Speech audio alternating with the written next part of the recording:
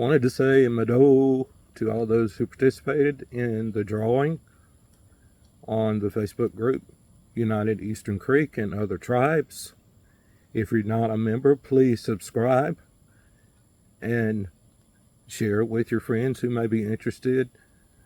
There are, I forget the number we have now in the Facebook group, but it's been growing for quite a while now, and you will find information on southeastern native culture and genealogy information, research information, history, and you also will be able to meet and connect with other people, and some of whom may be closely related to you.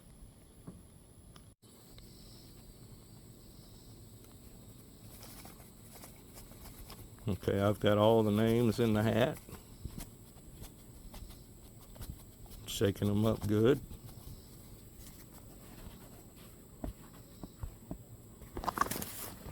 Mixing them up good, and I'm not looking or reading or anything like that.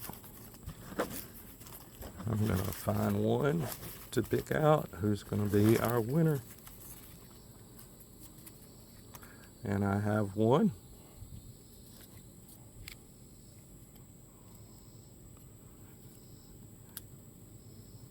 Here is the winner. Congratulations to Terry G. Haithcock. You have won the basket, and I hope you enjoy it. And if you will, just send me a private message on Messenger with your address, and I'll get that shipped out to you as soon as possible. But congratulations. This is an original pine needle basket. The artisan is Jonathan Davis. Jonathan Davis is a member of the United Eastern Creek and Other Tribes Facebook group and donated this for our drawing today. But Jonathan is a very talented artisan, a Native American who attended school at Santa Fe, New Mexico, at the Institute for American Indian Arts. We have members who are Eastern Creek. We have members who are from the Muskogee Creek Nation in Oklahoma. We have those who are Chickasaw, Choctaw, Cherokee, Lumbee, Catawba, Shawnee. We have a lot of different tribal backgrounds.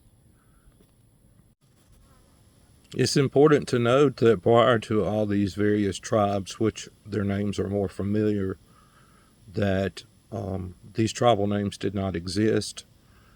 Before there were tribes, there were chiefdoms, and then their descendants became various tribal names, which we are more familiar with, as well as different language groups. As far as the Creek Nation, were a group of many different tribes, many of whom had different languages and some different cultural beliefs and traditional ways, but were very similar in many respects. They become known as the Creek Nation or Creek Confederacy as they joined together to form a confederation for political prowess, also for trade and other purposes. It gave them more power within the Southeast during that time. And you're all probably aware of the Creek War, which was 1812, 1813, and there were a lot of the Creek tribes who did not see eye to eye on some things.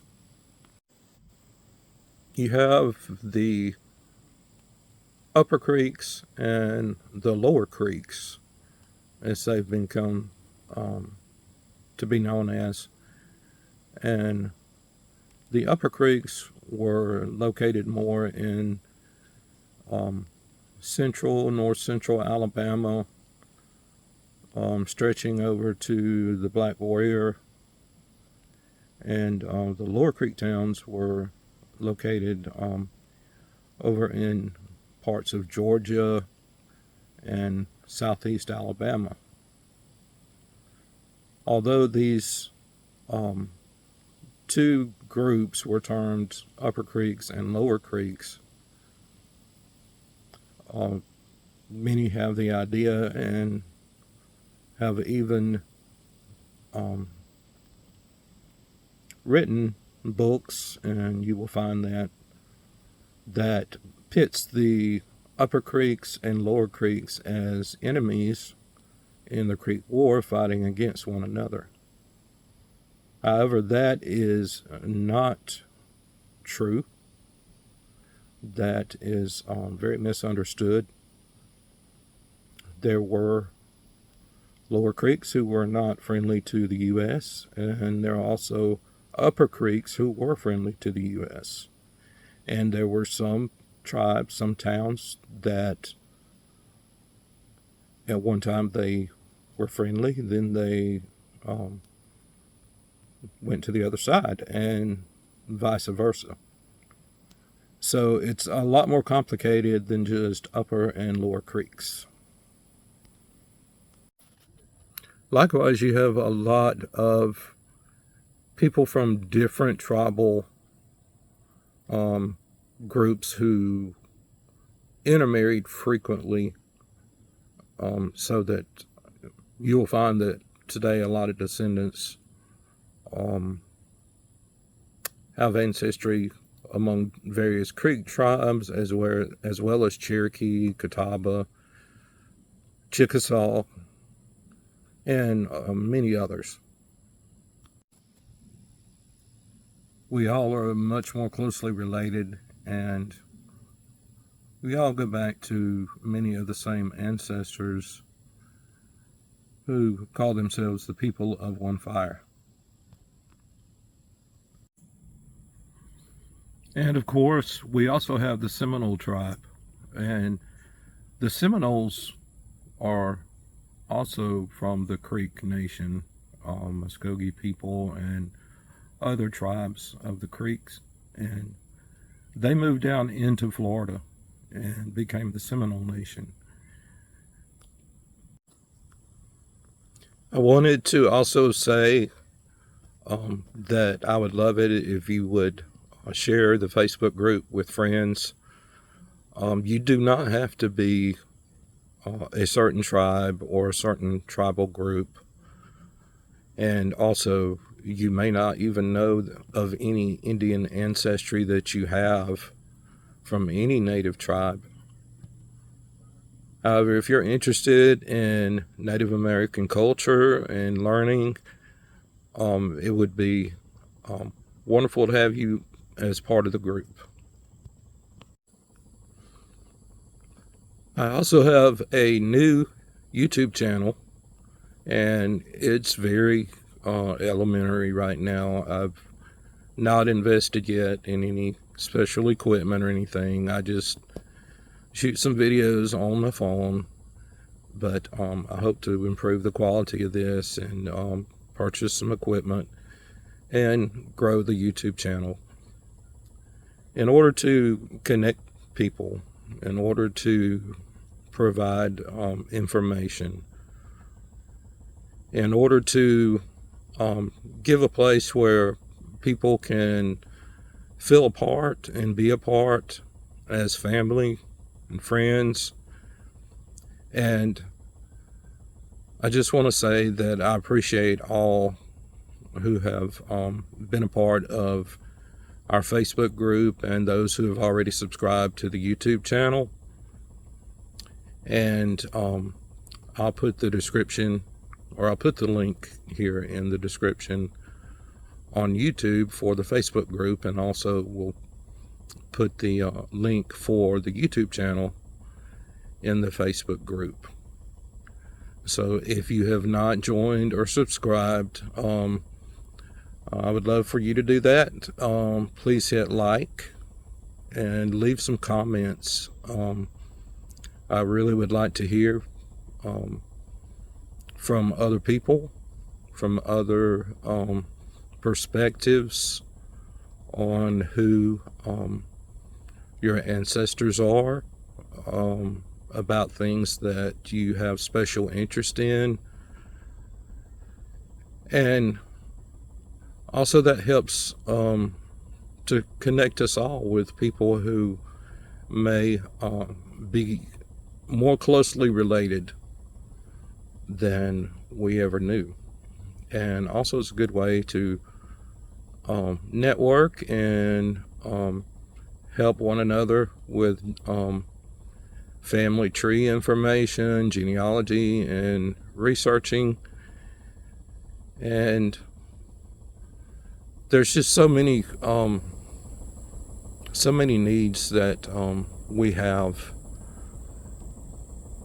for these things, because a lot of times, no fault of our own, there are people who were disconnected and separated among our ancestors. We hear a lot about Indian removal, the Trail of Tears, and the Trail of Tears is a very sad topic. It was a time when many lives were lost from various tribes. And there is not one single Trail of Tears, but there were many trails, many removals which occurred among various groups at different times, over a period of many years. Some chose to remove and voluntarily did so, became early settlers in Indian Territory. And then there were also those who removed that were coerced strongly. And then there were those who were put in chains and forced to remove. But people did what they thought they needed to do that was best for their family to survive. And that's why you have the Seminole tribe today. That's why you have the Eastern Cherokee today, and a lot of other tribes that are in the East, many of which are not federally recognized by the government, but nonetheless they are legitimate Native people. And sadly, there are those who have Native ancestry that they have a desire or something inside of them that they may not often know the reason, but they can feel strong emotions. And some people call that blood memory. Things were passed down by our ancestors, certain attributes, whether it be personality, whether it be ways of life, food, crafts, things that have just been passed down, and we have that desire to learn more about it and to become more identified with who we are. And when that is in your heart, that's something that It doesn't have to be recognized by the U.S. government. It doesn't have to be recognized by any tribes or any groups who are recognized. And sadly, we have a lot who are cut off even from their own tribes because of not being able to meet the criteria established by their tribes for enrollment. And while I don't want this to be political at all, I do want to say that a lot of tribes have blood quotas requirements, and that is something that originally was designed by the federal government, and they were not really on our side back in the day, and it was a matter of doing anything they could to cull the numbers, to strip tribes of their land, their resources, and also to lower the numbers, if not immediately, in time. So you had the blood quota system that was established for Native people. And the very word blood quota does not even have any logic behind it, because being a Native person is not having Native blood. There is no Native American blood or European blood or African American blood. The blood, it's not in the blood. There's nothing to do with the blood. You can't take a simple blood test and say this person has this ethnicity. No, it's all the same. But our DNA carries markers of different ethnicities from our ancestors that are passed down, and over time those markers become diluted, and some people may do a DNA test and it may not show any Native American, yet they know that they have Native American ancestry, and that's very legitimate. But the process of the way we inherit DNA over time is a process called recombination, and over time that percentage gets lower and lower. And also with many of the test companies today, there are many in the database which is used for comparison. There are many that are missing as far as Native American markers, because the percentage of Native Americans who have been tested is very low as compared to other ethnicities. There are people who test through one of those companies that may show very small amounts or little, in some cases, of Native DNA. However, that does not mean that that person does not have Native ancestry at all. So as the database improves and grows, with more Native American markers being added, I'm hopeful that these tests will get a little bit better with picking up Native ancestry. I know I have rambled a lot, going back and forth between different subjects, and I apologize for that, not being organized. I'm going to try to do a better job of that, and making some notes and being able to communicate what I'm really wanting to say in a better way. But I thank you anyway, and thank you for watching. And Mado, and that means thank you in Muskogee language. Cherokee, Oklahoma, it's Wado, Eastern Cherokee is ski. And the Kashada, and I hope I don't get this wrong, but it's a Lilimolo, I believe. So thank you. And if you know any word for thank you in native language from a different group, feel free to comment and to leave that name, and we can all learn a little bit about one another. Ispogere somes giplis gos. Ispogere somes giplis gos. Miko sabolge abeyana.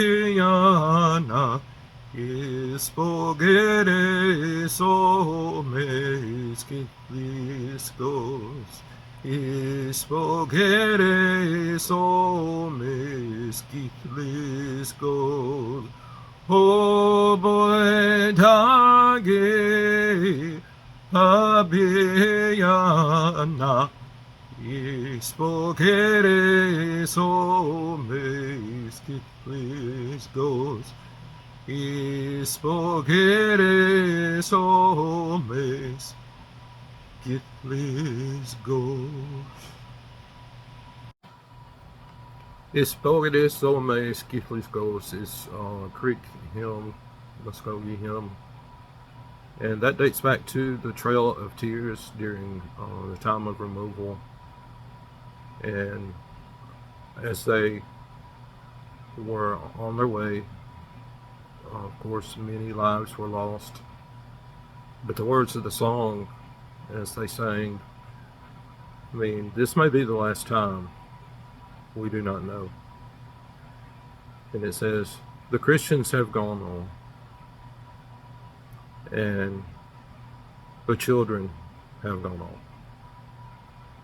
So it's a very emotional song with deep meaning for Muskogee people. So for now, Hadam Jihijatlis, that means, again, I will see you in Muskogee. We'll see you again.